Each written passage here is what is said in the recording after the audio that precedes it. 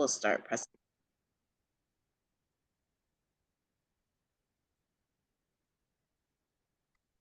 All right, let's start letting people in. Here they come.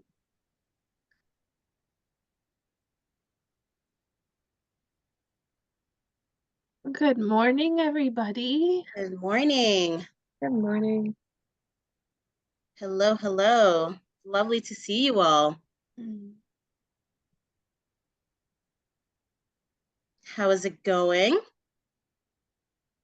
Seeing some familiar boxes already. Good morning, Arturo. How's it going? Pretty. Awesome. So we'll just begin our session soon. We're just waiting for a few more people to join the conversation in the Zoom room. But I hope you are all enjoying your morning so far and getting ready to jump into some labor market data.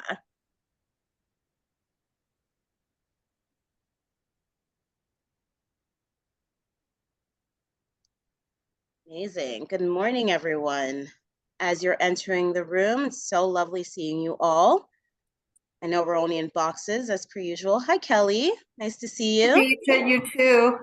How's it going? Good morning. Very well. How about you? Good, good. Good morning. Paul, lovely to see you. Good morning. So we are going to start in just about 2 minutes. We're just waiting for everybody to join the Zoom room.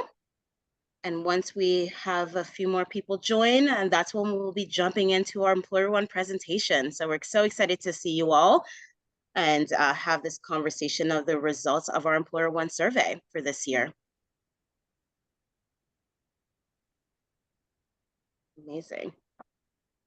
And previously we did have amazing room music, but because we were now sharing our screen, we couldn't be able to share both with you at the same time, but it was really buzzing and it was really getting the morning I was up. very excited about that. However, it turns out you can't share multiple things.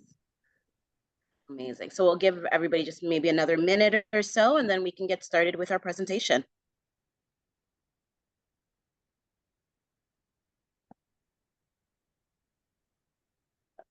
Good morning.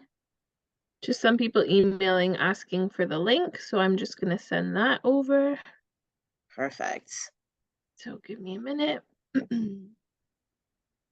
Cannot believe we're already, it's May 18th. This is bonkers already. So as we're going in, this is going to be our first presentation of 2023. So we're so excited to have this be here virtually so that so many more people can join the conversation. But of course, we are going to be going back and forth between in-person and virtual presentations for this year. So just keeping that in mind, making sure that you are following our newsletter for any of the upcoming presentations that we have planned and trainings for this year, for this upcoming fiscal year. Okay, so now that we have a few more people joined, let's get started with our presentation. So good morning, everyone. I'm so happy once again to see you all in your Zoom boxes, ready to hear and engage in this year's EmployerOne survey.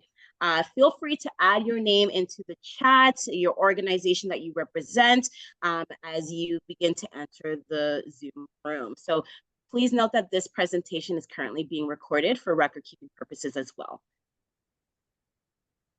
Amazing. So as I'm seeing everybody's adding in their names to the chat, I will just continue to go through it. So last year we had our first EmployerOne presentation that gave you more of an in-depth understanding of Hamilton's business needs. And with that being our 10th anniversary of the EmployerOne survey, we've decided that this should be a yearly thing. We wanted to continue to have these conversations. And before we get into the exciting results, we wanted to have a land acknowledgement. So Workforce Planning Hamilton would like to acknowledge that the city of Hamilton is situated upon the traditional territories of the Erie, Neutral, Huron-Wendat, Haudenosaunee, and Mississaugas. This land is covered by the Dishwith-Wanswin Wampum Belt Covenant, which was an agreement between the Haudenosaunee and Anishinaabe to share and care for the resources around the Great Lakes.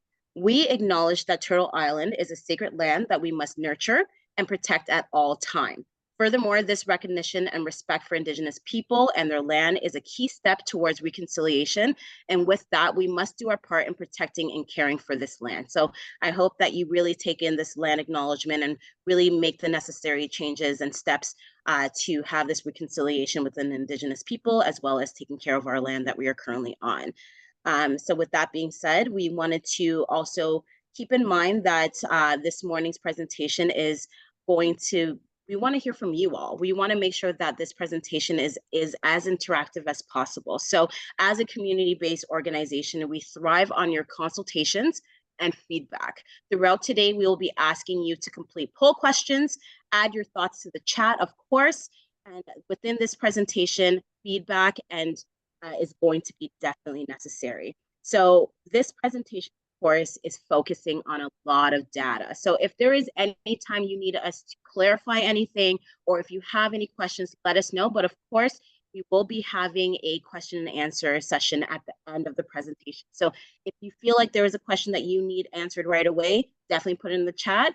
Let us know. Or if you feel like you want to hold it off for later on at the end of the presentation, that's also good with us. But of course, we want to make sure that we are getting your feedback for how we did within this presentation as well. So we will be putting in the chat for a survey on how we did, how the presentation was, any feedback that you would like to add in as well.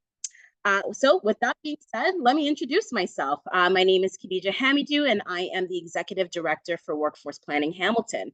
I'm going to be passing it over to my lovely team. Good morning, everyone. My name is Michelle. I am the Admin and Communications Coordinator here at Workforce Planning Hamilton, and I would like to pass it to my colleague, Amy. Hey everyone, good morning. My name is Amy Zhang, so I'm the data analyst here at Workforce Planning Hamilton. It's great to see everybody here today. I'll be passing it over to Travis. Hi everyone, I'm Travis McCarl. I'm the Digital Media Coordinator for Workforce Planning Hamilton. It's nice to see everyone, and I hope you're having a good morning so far.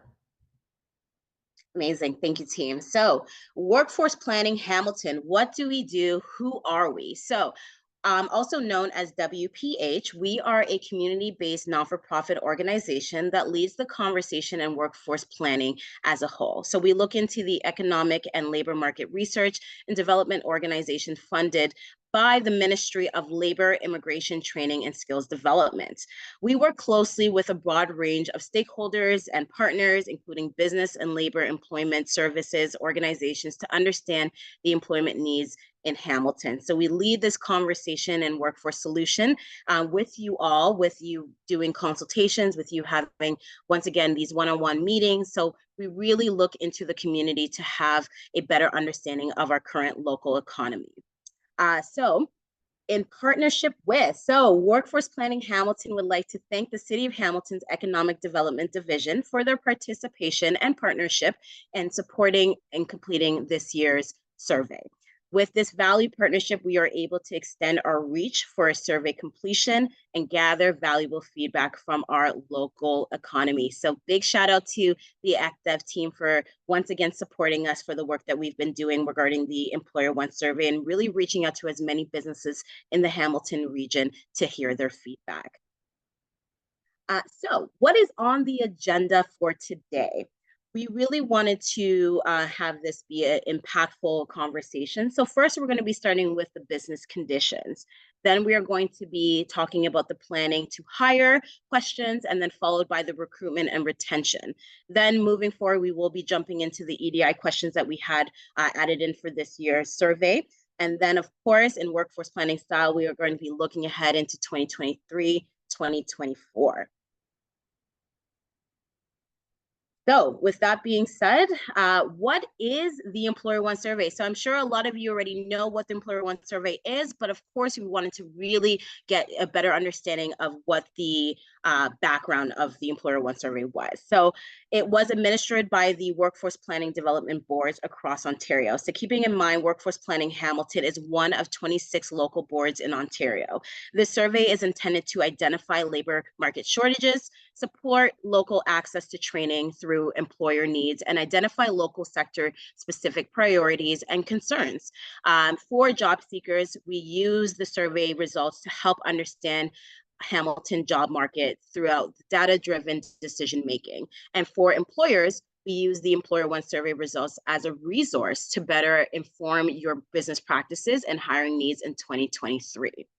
So with that being said, the results are in. We were able to gather so much data from this year's survey, and being able to really, once again, go through so many businesses and hear their thoughts has been so rewarding. So from this year's survey, we had over 1,000 participants engage in the survey, which has always been our target. Every single year, 1,000 and over has always been something that we are very excited to see. So as we continue having these surveys distributed, we hope that these numbers continue to rise.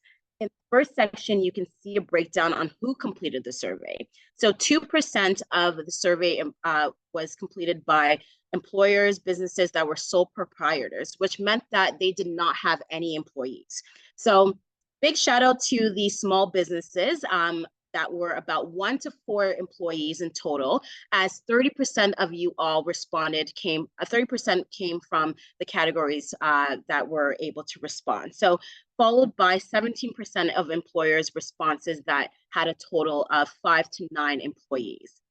As we continue moving down this screen here, we look at 17% employed 10 to 19 employees. So 15% had a workforce size of about 20 to 49 employees, and 8% had between 50 to 99 employees. For our next upcoming survey, we really wanted to hear from larger businesses, as only 4% of respondents had between 100 to about 200 employees, followed by 200 to 400, so about 500 employees in total. In the group of 1%, we had businesses respond who had over 500 employees, which in itself was amazing. And we had about the same amount of percentage that did not specify their workforce size, which was well and okay. If we look at the respondents by rates, by industry, a lot of our completed responses came from the employers in accommodation and food services, followed by other services exempt from public administration. And of course, manufacturing. I'm sure we're not too surprised by that, as these are the most in-demand industries as of right now. So with that being said, I know that you've put your information into the chat room, and I appreciate that, but let's jump into our first poll question. So what industry does your organization represent as of right now? So feel free to take a minute and fill out the first poll question. We would love to hear about what industry does your organization operate in as a whole. So if that's up there, it should be up there as of right now, and you would be able to answer the first poll question. We're seeing professional and scientific starting to come in as of right now. So once you feel like you've found your industry, feel free to fill out the poll question, and we would love to hear from you all.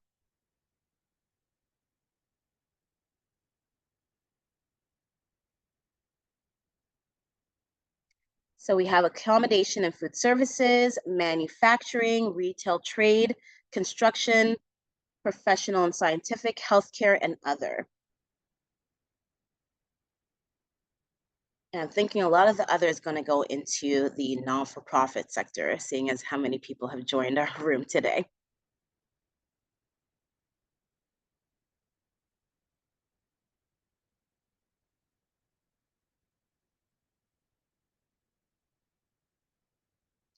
Amazing. I'll give you all a few more seconds to complete the poll, and then we can move on to our next slide.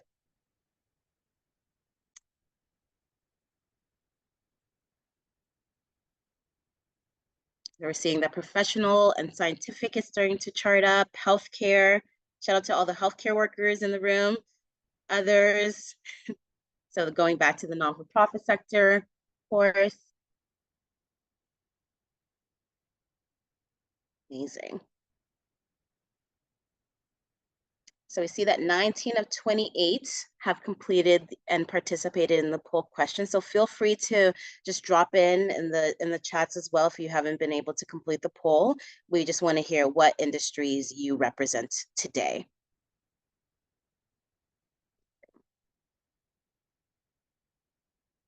We got about 8 more people, and then we can move on.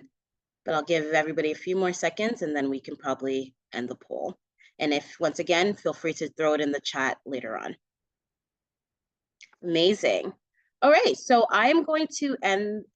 Perfect. Thank you, whoever ended it, and then we'll share our results.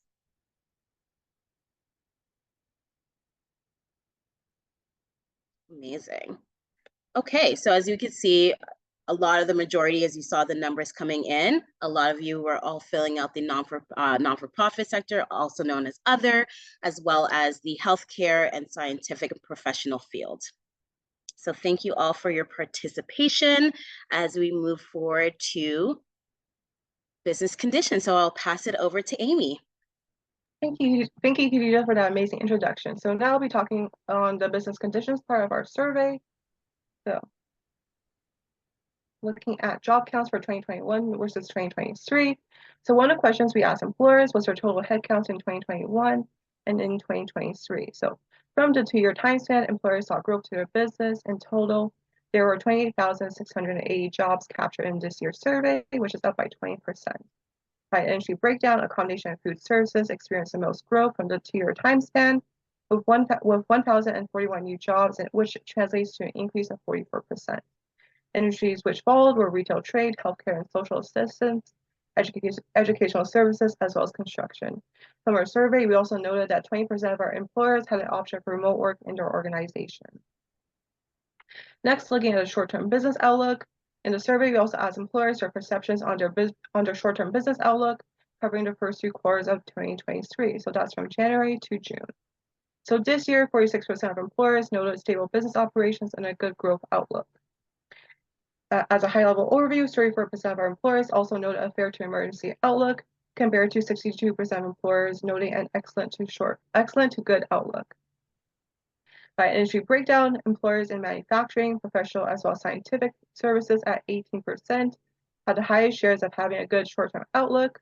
Employers in accommodation and food services, on the other hand, experienced the most turbulent short-term outlook, with the highest share of a fair to emergency outlook. Next, looking at revenue changes, we asked employers how their revenue changed in 2022 compared to 2021. So majority of our employers at 49% noted that their business revenue increased in 2022. 21% noted that there was no change or impact, and at the aggregate, 30% of employers noted a decrease to their business revenue. By industry, accommodation and food services, manufacturing, as well as other services all reported high shares of increases to their business revenue. Next, looking at the minimum wage impact, in October of 2022, the government of Ontario raised the minimum wage to $15.50 per hour. We asked employers how the minimum wage increase affected their business. So majority of employers noted that there was no impact to their business at 63%. 34% noted a negative impact to their business, with only 3% noting a positive impact to their business. So by industry, employers in accommodation and food services were hit the hardest, with 37% of employers noting a negative minimum wage impact. Following close behind was retail trade, with 50% of employers citing adverse minimum wage impacts as well. So these industries, as we all know, are most likely to employ workers at or near the minimum wage, hence making them particularly vulnerable to minimum wage hikes. And we can see from the data here that this trend is definitely highlighted in this year's survey results. Apart from this, our survey also found that 58% of our employers self-identified as living wage employers. So for those who may be unfamiliar, living wage employers are basically employers who pay at or above the living wage rate in their respective region. So for Hamilton, it currently stands at $19 per hour. And here I'll also read a quote from an employer which details their experiences with the living wage rate. So our employees are getting closer to a living wage. This is always going to have a positive impact, as we believe employees who are financially and otherwise secure are better positioned to support the business and our growth. Next, looking at workforce impact. So similar to last year's survey, this year's EmployerOne asked employers what were the most negative impacts on their organization. So majority of employers at 36% reported recruitment difficulties as their top negative impact in 2023. Following at 24% were increased labor costs, as well as 16% noting other reasons negatively impacting their business. Some of these included termination costs, concerns of the public health system, having a business slowdown, increasing energy costs, insurance costs, as well as inflation driving costs up. Apart from this, 8% of our employers also noted a lack of employee productivity as a top negative impact. 7% noted retention difficulties. 4% noted a minimal public transportation. 2% noted loss of institutional knowledge for retirements, and 2% noted the ever-changing rules of education negatively impacting their business. That being said, I want to pass it over to Michelle to discuss the plan to hire section next. Thank you. First, before we start, does anybody have any questions this far into the presentation? Or if you're holding them to the end, that's great as well. We just want to make sure that we're not missing anybody. Okay, so this section of the EmployerOne survey, we were really looking at getting feedback from employers about their plans to hire in the coming months, which leads us to now, actually, as the survey was in January. So we asked employers what they thought about the current hiring climate. 71% rated the hiring climate as difficult or very difficult. However, 57% still anticipated hiring employees within the first 2 quarters of 2023. So you can see this quote from an employer that says, as we emerge out of the COVID economy into a recession, we are juggling long-term debts, decreased customer volume, and rising costs. Affordability of hiring is uncertain yet necessary for growth. That's a very difficult position to be in as an employer when you know that having your employee base growing is what's going to benefit your business. However, your hands are tied in order to be hiring those employees in the first place. So we just thought we'd have a quick chat in the chat box if anybody wants to share how they find hiring has been this year in 2023. Has it been difficult? Has it been easy? Do you notice any skills gaps? Sorry, there's a question here. What was the period of the survey or time period it reflects? So the survey was done in January of this year. And the questions asked specifically in different areas, like in the next 6 months, how do you see hiring? So this one was for the first 2 quarters of 2023, the hiring climate one. So next we have Hamilton's labor supply. So we asked employers what their perceptions of the labor supply regarding regarding the selection of workers in Hamilton and the specifically qualified workers for the roles that they're hiring. So 33% rated the labor supply as poor, 40% rated the labor supply as fair, 24% as good, and 2% as excellent. Now we need to remember, it's not all doom and gloom. So the highest feedback we got was fair, which means people are filling the roles that are needed. So we're just going to launch a quick poll about hiring. How would you rate qualified applicants for your role? So if you are hiring or have been hiring in the last 6 months or in the last year, would you say qualified applicants for your roles are poor, fair, good, or excellent?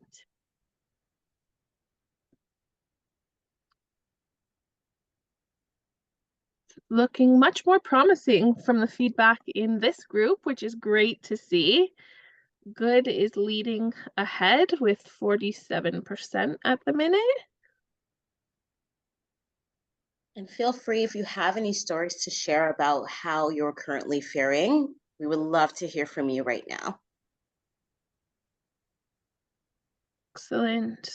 1 excellent, 2 poors. Of course, it's going to differ based on industries and what positions you're hiring for. So we'll get into that in the next couple of slides as well. So we'll just leave a few more seconds for some people to answer. And then we will end the poll. Perfect. So according to our attendance here, things aren't so bad for most people, which is nice to see. So good and fair and excellent far outseed the poor in here, which is nice to hear. Hopefully that's a trend that will continue on. So based on the feedback in the survey broken down by industry, employers in accommodation and food services and construction rated the labor supply as poor the most, which is difficult to hear because obviously employers in accommodation and construction are 2 main industries in Hamilton, and they're saying that the qualified labor force is poor the most. And employers in manufacturing and information and cultural industries rated the labor supply as excellent the most. So employers in manufacturing and information and cultural industries seem to be doing excellent with their hiring, which is a positive takeaway we can take from this. Perfect. So this is a question we always ask in our EmployerOne for the last many years about hard to fill jobs. We like to hear what employers are saying about occupational groups they were planning to hire in the first 2 quarters of 2023. So most employers in Hamilton were looking to hire occupations in the skilled trades, of course. However, based on the industry feedbacks of what the employer said, we have broken down the hard to fill positions that they have been reporting. So for example, accommodation and food services, their hardest to fill positions were restaurant managers, chefs, and servers. There's hairstylists, early childhood educators, which is a huge topic in Hamilton and across the province for the shortage of early childhood educators. There's managers and salespersons in manufacturing, managers in retail, automotive technicians, engineers, sales and marketing, social media managers, and professional and scientific. So based on this feedback, we can see that there seems to be a bit of a struggle to hiring management positions across the industries and across different industries. And of course, as always, skilled trades. With that So we do have a comment, Michelle, in the chat. So the comment goes back to the hard to fill position. So I have been trying to fill a couple of positions for the last 8 months with no luck. Career counseling positions and diversity employment coordinator. Fair number of applications, but the applicants do not have the qualifications and or experience for their positions.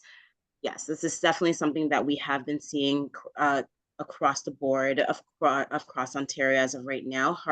The amount of applicants that are there, but the amount of people who are qualified for the role are just not there. So that's definitely something that we've seen, not only obviously in the chats now, but in the survey as well. And then the question follows up, does fair mean employers are settling for best candidates, not necessarily the right candidates? So the question was based on qualified applicants. So from my understanding, if the question was interpreted the way I'm interpreting it, is that we're asking based on let's not consider the people who are not qualified. So based on the qualified applicants, how are they? How would you rate them? And if I guess fair is that they're able to do the job based on their qualifications. Maybe not the best candidate, but definitely qualified for the role. Absolutely. Yeah, just to jump into that as well, I agree. Agreeing with Michelle, it just means that from the job posting requirements, they fill most of the requirements, but they may not be the ideal candidate for that position. Yeah. We have another comment in the chat. Sorry, before we move on to hard to fill, it seems like that's something that we are experiencing as a community, which is fair to see. That's why there's so many comments in the chat. We struggle finding local candidates for our technical roles because they are so niche. If anyone has hydrographers or remote operated vehicle technicians, robots that survey underwater, send them my way. Okay, we will be sure to do that, Paula. Kelly, the positions mentioned in the accommodation and food services are really food services. Do you see a shortage in accommodation as well, i.e. hotels? We absolutely do, especially being a part of the tourism committee within Hamilton. We are seeing that the accommodations are struggling as well. So as we continue having these conversations about workforce planning, accommodations is definitely something that we're focusing on as Kelly. Great.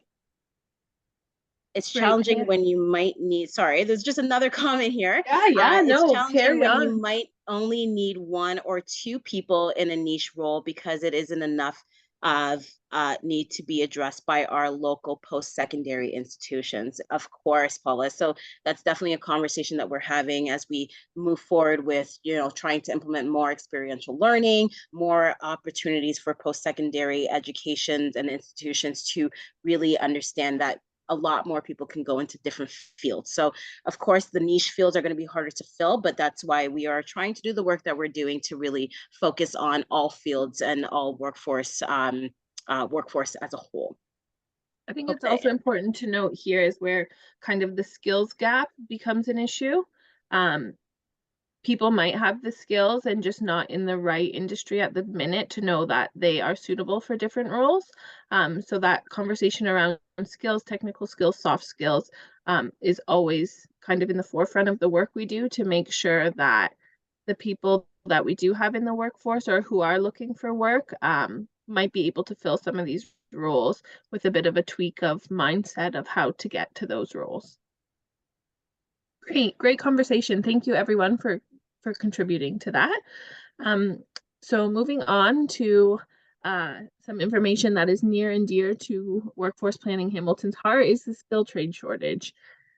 So in 2020, early 2020, before all of our lives were changed upside down, we published a report called Under Pressure 2.0, which looked at the skilled trade shortage in Hamilton. We had a breakfast launch for this event. If anyone remembers, we were at the Waterfront Center. And results from this report found a looming hiring crisis in the skilled trades, spearheaded by high training costs, low retention rates, and a lesser qualified labor pool. Now, this report was launched in the very beginning, I think the first week of March 2020, and obviously we all know what happened in the following weeks. So the pandemic struck after that, which obviously had profound impacts on across all industries, but especially the skilled trades as well. So this year results from the EmployerOne survey found that employers were looking to hire within the trades occupations the most, with tradespersons being the most hard to fill occupation at 32%. This is nothing new really to our EmployerOne survey. We know that there is a trades shortage and that we are doing a lot of work around that to try and support the trades with high retirement and less people going through apprenticeships. It's becoming a very looming situation.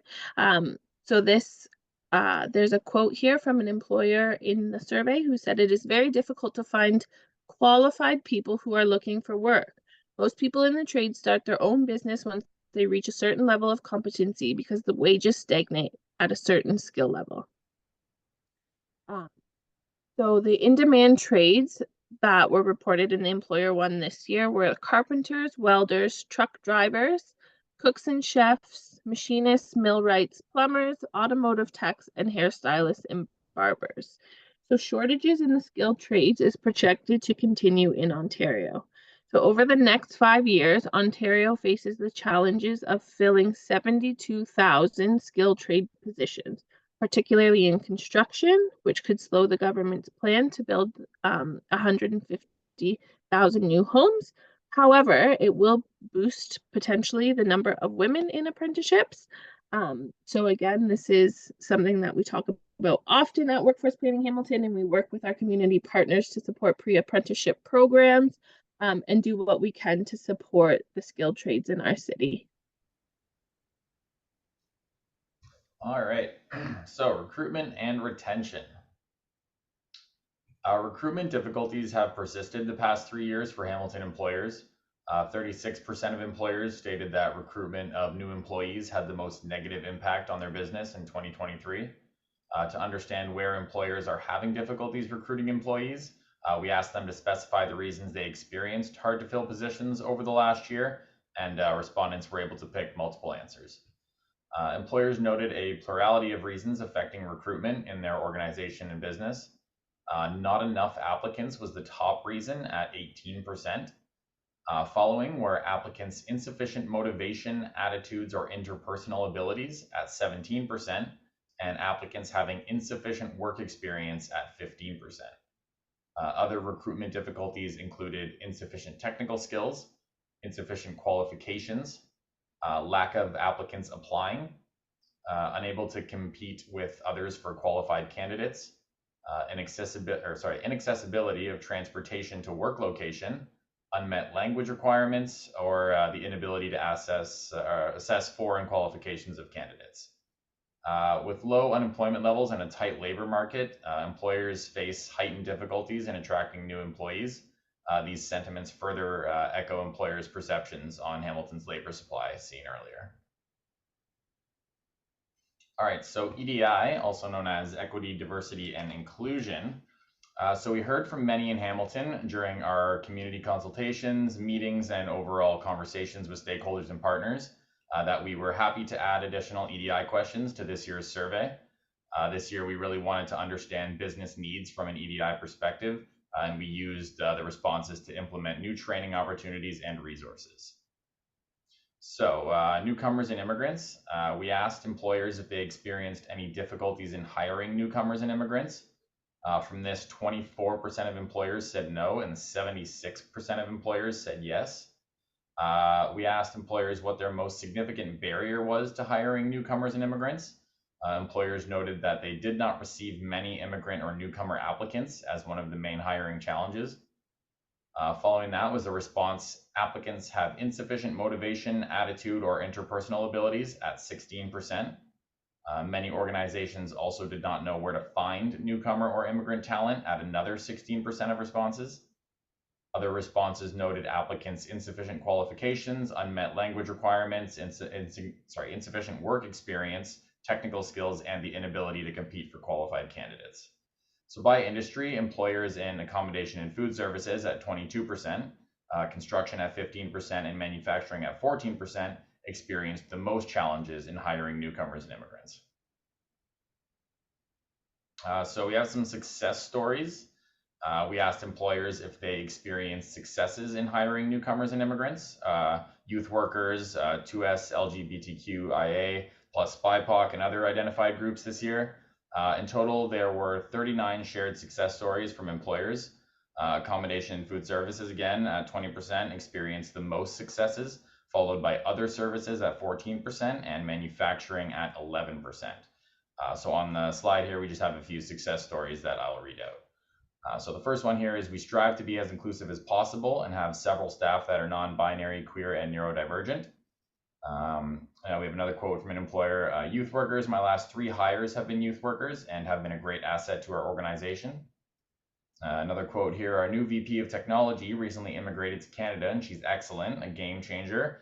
Our experiential marketing department benefits greatly from hiring recent graduates and other young motivated job seekers. We like to groom and train these workers into the role ourselves. So we have a final poll question for this section. Would you be interested in attending half-day EDI training for your business? So we'll give that a couple seconds for everyone to answer.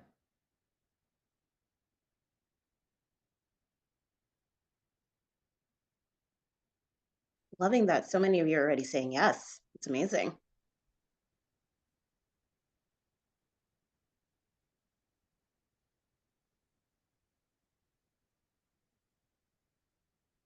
It's all about foreshadowing.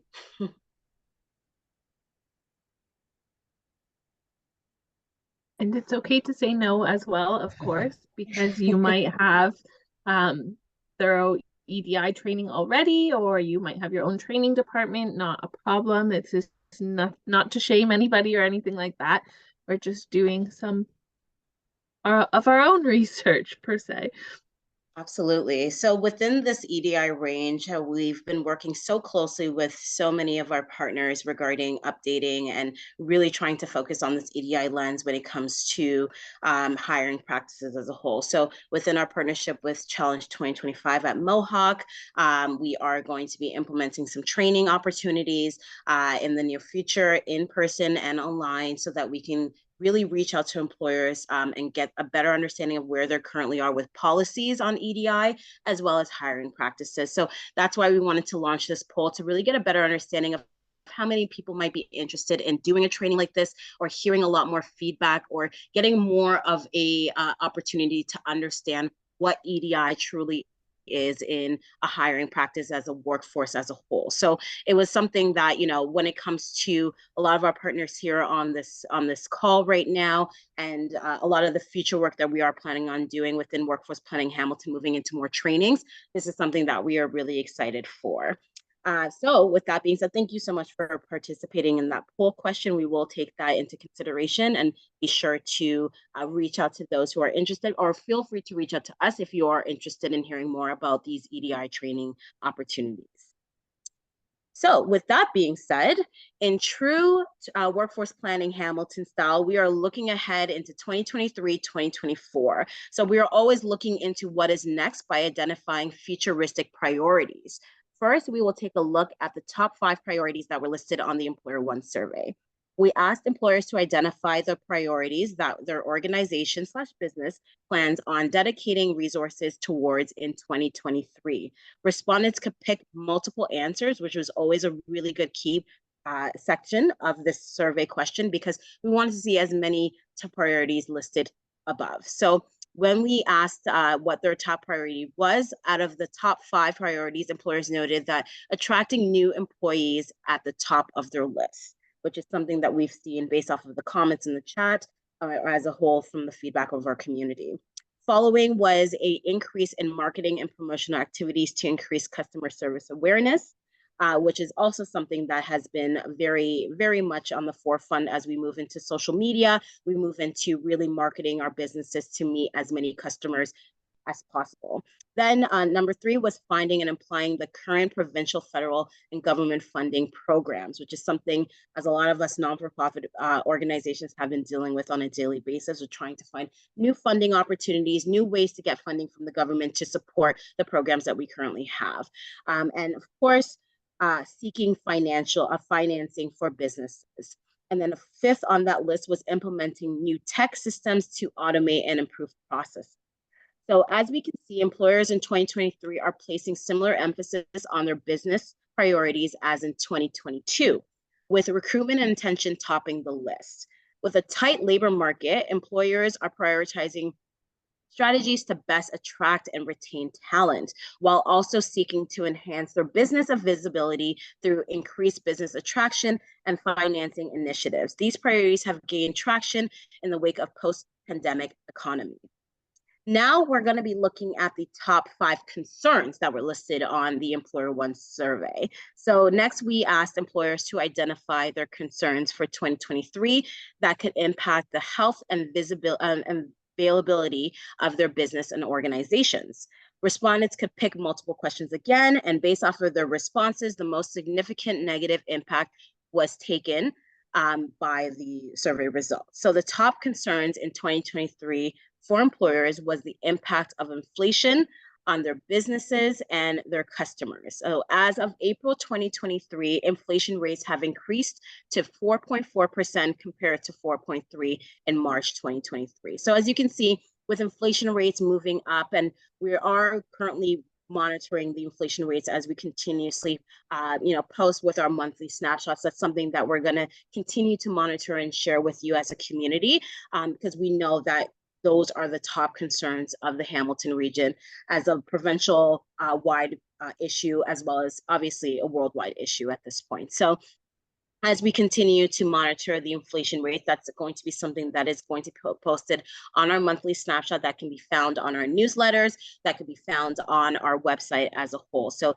if you feel like you want some updates on what's currently happening, feel free to just check us out on social medias as well as our website, so for you to get those monthly snapshot updates. So when we look at the top 5 concerns, we are following were global supply chain issues related to receiving shipping goods. Then we looked at number 3 on the list, which was the mental and physical health of employees of the businesses. Number 4 listed as existing business debt levels. And then of course at number 5 was the ability to obtain financing to continue business operations. So we can see that employers' top business concerns echo their previous worries as well in 2023. So very similar to the priorities of 2023 being similar to 2022, just like this, the concerns of 2023 really reflect the concerns that were happening last year as well. So the persistent rise in inflation was put considerably pressure on employers to mitigate the escalating cost of production and labor. Many employees continue to grapple the aftermath of the pandemic, as we all have been trying to do. Now that we are moving back to in-person events, there's a lot of changes that have been happening, but we also still utilize, this Zoom accounts and really trying to interact with people on a larger scale through, working from home. We see that that's happening as well. So it's a continuation of trying to make it work based off of what was happening, throughout the last few years. So we can see that employee concerns echo the previous year, as I said, in 2022. So the persistent inflation has put considerable pressure on employees to once again have these conversations about production and labor. So as we look at the results that show, although Hamilton's economy has recovered, many employers still face the lingering ramifications of the pandemic and current economic slowdown. So with that being said, we really wanted to tie in the remaining of this presentation with a summary of the EmployerOne survey. So this year's survey results underscore both the achievements and concerns that Hamilton employers experienced in 2023. Evidently, employers encounter challenges stemming from the post-Omicron economy, including business debt and rising labor and production costs due to inflation. However, employers have also demonstrated creativity in addressing labor shortages, such as through the implementation of EDI training programs to identify and acquire talent to their organizations. And I said this previously, there's a lot of organizations that are currently doing this work. We've seen it within Challenge 2025. We've seen it happening within HIPSI, with the City of Hamilton. So this is an ongoing dialogue that we're having as community partners, community stakeholders, and just as a community as a whole. So it's something that we really wanted to hone down on and make sure that it's identified in our survey as well. So within that, despite the obstacles faced, Hamilton employers fared better this year than previously, innovating and creating new ways to drive prosperity in Hamilton. So we had a really great conversation about tourism and really focusing on tourism when it comes to showcasing how beautiful our city really is and making sure that Hamiltonians are staying in the Hamilton region and working in Hamilton to really boost up our economy as a whole. So when we do have these conversations, we are definitely so happy to see everybody joining us here today to really understand what the business impact was for 2023. And really, as we continue to grow, keeping in mind that we are having these surveys every single year. This is our 10th anniversary, so it's something that we are planning on continuing to do just to really hear from you all, we'll hear from businesses. And of course, we want to expand our reach. As I said, our goal is always to reach about 1,000 and above employers. We really want to move forward with that and get our numbers back up to where they need to be so that we can get a better understanding of business impact. So as we continue to partner with the City of Hamilton's economic development team, we want to hear from more community partners on how to better market our EmployerOne survey and really reach as many businesses as possible. So with that being said, we did leave a little bit of time because we wanted to have a Q&A session if there are any other lingering questions that you may have. But of course, we wanted to also leave the link for our feedback survey so that you can take the remaining 20 minutes of your time to fill out that survey and really get a better impact on how we did as a organization today and as a whole for our community and our organization when it comes to the EmployerOne survey. But with that being said, I'm going to pass it over to you all to see if you have any questions. And I already see a hand raised. Hi, Kelly. Khadija. How's it going? Good. How about you? Good, good. So thank you all for this. This was really, you've summarized a lot of information and given us all, I think, a lot to think about and work on, although, as you say, some things were not surprises. A question I always have about this survey, and I've asked ECDEV as well, is how can we get not-for-profit as its own category? When I look at what was your slide 24, and the third priority was government grants and funding, and you mentioned that's probably a lot of not-for-profits. It's a lot of not-for-profits that are on the call today. And so, and as you know, it's a huge sector in the Canadian and the Hamilton economy. And it's hard when it's not broken out to get a sense of it. So wondering what it would take to have that as its own section. I asked that in kind of the Goodwill Amity workforce. A lot of this, of course, is really relevant to us as an employment service provider. So the other sectors are equally important and really appreciate the overview. But just it's a question that I always have about this survey. Absolutely. And I think that that's a really good question, Kelly, only because we know that as Workforce Planning Hamilton, as a non-for-profit, we are, really reaching out to a lot of organizations that are quite similar, right? So a lot of people in this room right now represent non-for-profit organizations. And within that, we usually say, hey, you know what, in itself, you are somewhat of a business, feel free to fill out this survey. So a lot of the time when we are doing the promoting, we are reaching out. When we do say businesses as a whole, we do mean non-for-profit organizations as well, because it's so many of you are our community partners, and we really want to make sure that we are hearing your voices as well. So yeah, I think that's more of a marketing piece that we can definitely implement for the next survey as well, for next year's survey, of course. And when we are reaching out to businesses, we want to say businesses and nonprofits, anyone in the Hamilton region, if you have employees, fill out this survey, because we definitely want to hear from you. We want to hear your voices. We want to hear your business needs. We want to hear, how you are currently grasping the current funding economy as a whole, and making sure that we are reaching out to as many people as we possibly can. Michelle? And sorry, just to clarify my question. That's all true, and I believe we always participate because we recognize that we and the not-for-profit sector is a major employer, which really this is what it's getting at, is the labor market. But my question is, when you see all those categories, accommodation, hospitality, et cetera, how could not-for-profit be its own category in this survey? Yeah, so we can definitely add, and I think that was a very key example when we were doing our first poll question in itself, right? When we were looking at, what industry do you represent? So being able to really pin in the non-for-profit wording is what we were going to be focusing on for this for next year as well. So we've definitely kept that in our notes, and making sure that when we are, putting out this information about business needs, we are really honing down on non-for-profits as a larger employer as well. So that's something that we are definitely going to be looking into. And I think that was a key example when it came to our poll question of all the others. When it was under the other category, it was mostly in all non-for-profits, right? As we can see here in this Zoom room, we are a majority all non-for-profits. So that is definitely something that we are going to just be adding in as another category for next time. Amazing. Any other questions? I think I saw a question with Gisela. We have students who would love to help sift through the data to get more sector information. Absolutely. So feel free to send those students on to us, Gisela, as we would love to hear more. But if you would like to explain, yeah, go ahead. Yeah, we have students who would love a summer position, sifting through that information and maybe providing that information for you, Khadija, to share with the membership and the people in this call. I think it is very important, Kelly. Great comment for us to understand how those sectors are doing in our economy. So let me know. There is some wage subsidy as well that goes along with those students. So if you want to talk, Khadija, I'm right here. I think that is perfect timing. And this is where I'm going to put in my shameless little plug. We are currently hiring for summer students, and one of the roles is a data analyst role under Amy.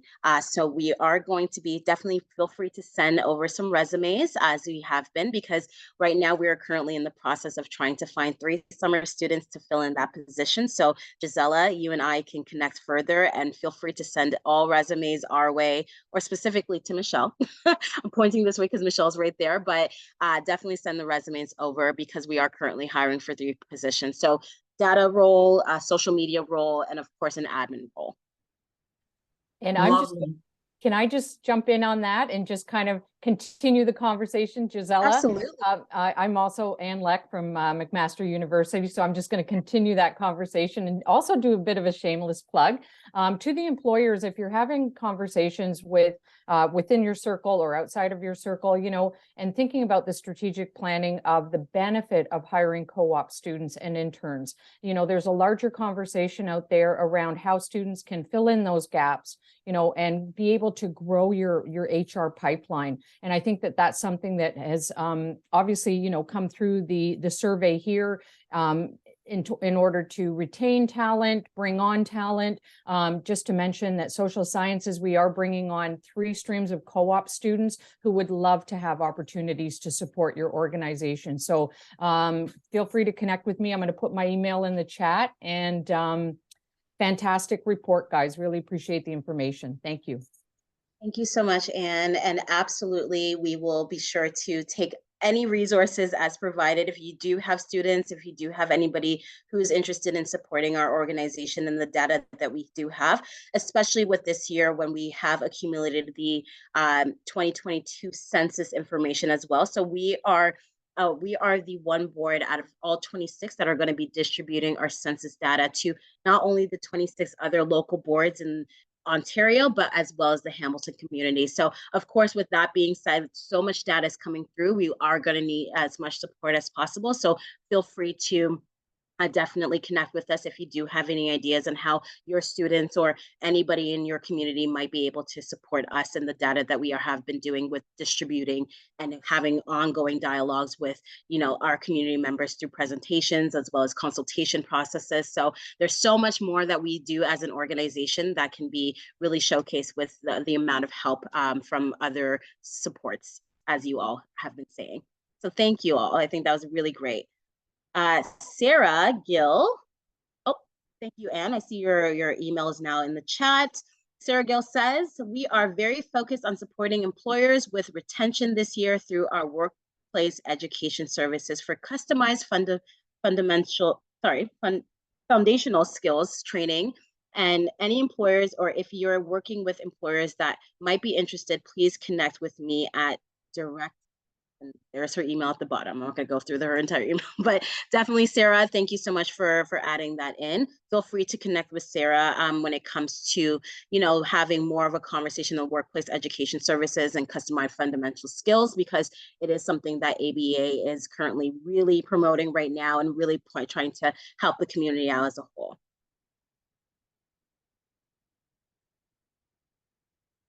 Amazing. So I'm just going through the rest of, oh, there we go. I have a comment from Greg. Hi, Greg. Nice to see you. So Hamilton Chamber of Commerce is also looking for summer students, especially with the supports of offset costs. So there's Greg's email. So once again, this is an ongoing conversation about summer students and making sure that we are utilizing our resources in the community to really share, you know, who's currently hiring. And if you have somebody in mind that is a great position or a great fit for that position, this is a really great opportunity to share that, because once again, we're going back to those slides of hard to fill jobs and making sure that those applicants are the right fit for the role that they're currently in to reduce that retention rate. So we want to make sure that within this, we are fitting the right people in the right roles.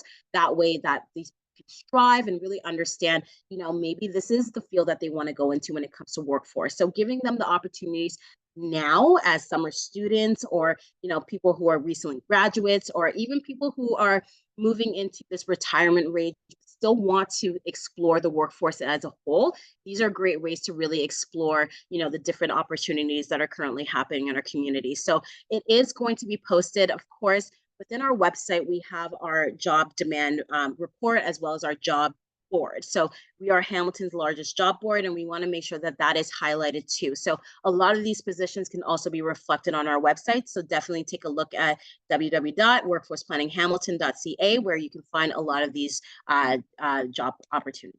Michelle. Hi, guys. I just wanted to share about our summer positions.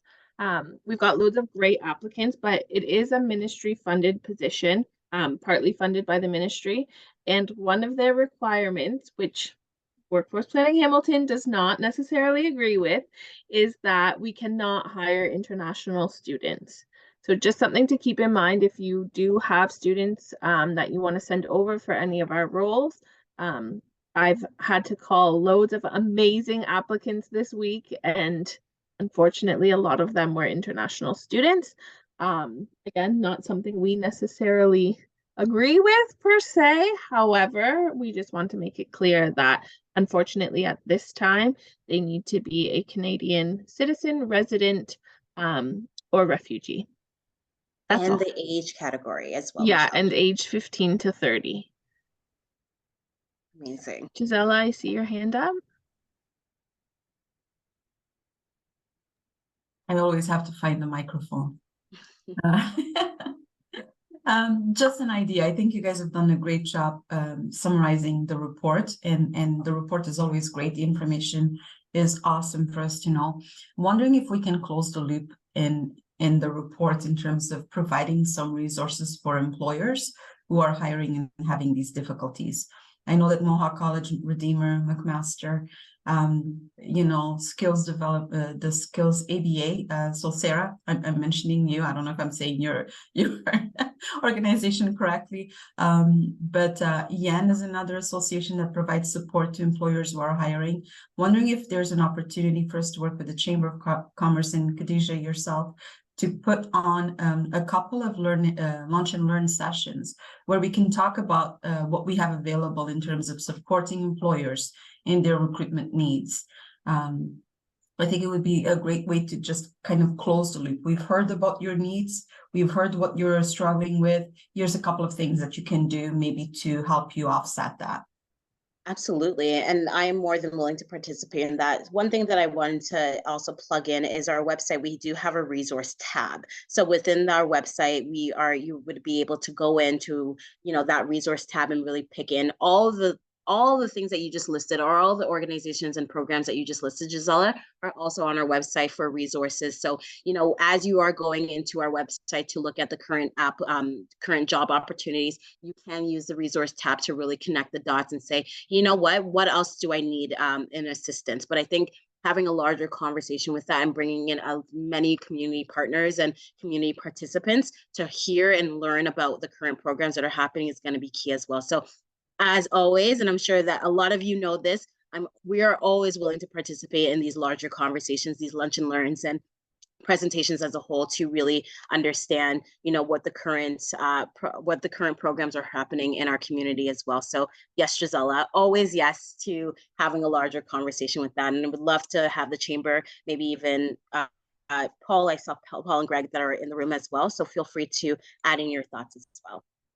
So I'm going to put my email up, and maybe it's a way for us to coordinate a couple of sessions. Khadija, I don't know if this is something you'd like to take it on with us. Absolutely. But Yes. coordinate some lunch and learns, and Greg, I know you're in the call, but I think it would be great for us to just coordinate a couple of sessions for everyone.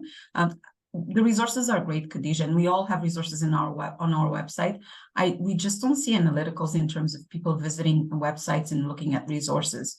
So I'm wondering if it's missing that everyone is in the TikTok era, right? Everyone wants a video or a webinar or a presentation, and then pointing the employers and not-for-profits or the organizations back to our resources on the site might be a way to also increase engagement in our sites and our resources. Absolutely. And I couldn't agree more. And which is why Workforce Planning Hamilton created the Hamilton Youth Workforce page that really owned in on youth resources. So instead of it being, on our website and having the list there, we are also doing these interactive social media posts with the help of Center 3, our amazing partners, is on the call as well. So we are going to be continue doing that work and really finding different ways to showcase the resources that are happening in our community through social media and through TikTok, Instagram, LinkedIn, or whatever it is that we need to do. And we are hoping to really connect with the City of Hamilton's youth division to really get that up there. But that's the youth as a whole. But what I'm hearing from you, Gisela, is everyone in the community needs these resources. So we are definitely going to be working towards that goal. And as always, I don't even need your email in the chat at this point. We've talked all the time, but we could definitely connect and see how we can further implement the change that we need. Thanks, Gisela. Amazing. Any other questions? Any other comments? This is such a great way to really wrap up the EmployerOne survey presentation. We thank you all so much for, your participation. So feel free to add any other last comments that you need. But once again, the link for the survey is in the chat. We can either copy and paste it again. I know that a few people made a few comments after that, but definitely feel free to use that SurveyMonkey link to give us feedback on our presentation, any other thoughts that you would like to see happening within Workforce Planning Hamilton. And keep in mind that we have our newsletter, our social media, and anything that we have, even our website, to really showcase all the work that we are doing and upcoming work that we are doing. So once again, looking at the EDI trainings that are coming up. We also have some labor market trainings that are going to be happening this year as well. And of course, our EmployerOne survey happening again for January 2024. I can't believe we're already planning for that. So it's an ongoing dialogue. It's an ongoing way to really continue distributing the data that we have as Workforce Planning Hamilton back to our community. So thank you so much for participating and joining this call. We are leaving you with a little bit of time to fill out that feedback and get back to us. And once again, if you always want to use this as a resource, we have our labor market plan as well as our EmployerOne report that really goes into depth of all the results of the survey as well. So thank you so much, and I hope you have an amazing day. Bye. Nice seeing you all. Bye, Mona. Bye, Rachel. Thanks, Nice seeing you. everyone. Bye, Art. See you later. Gisela.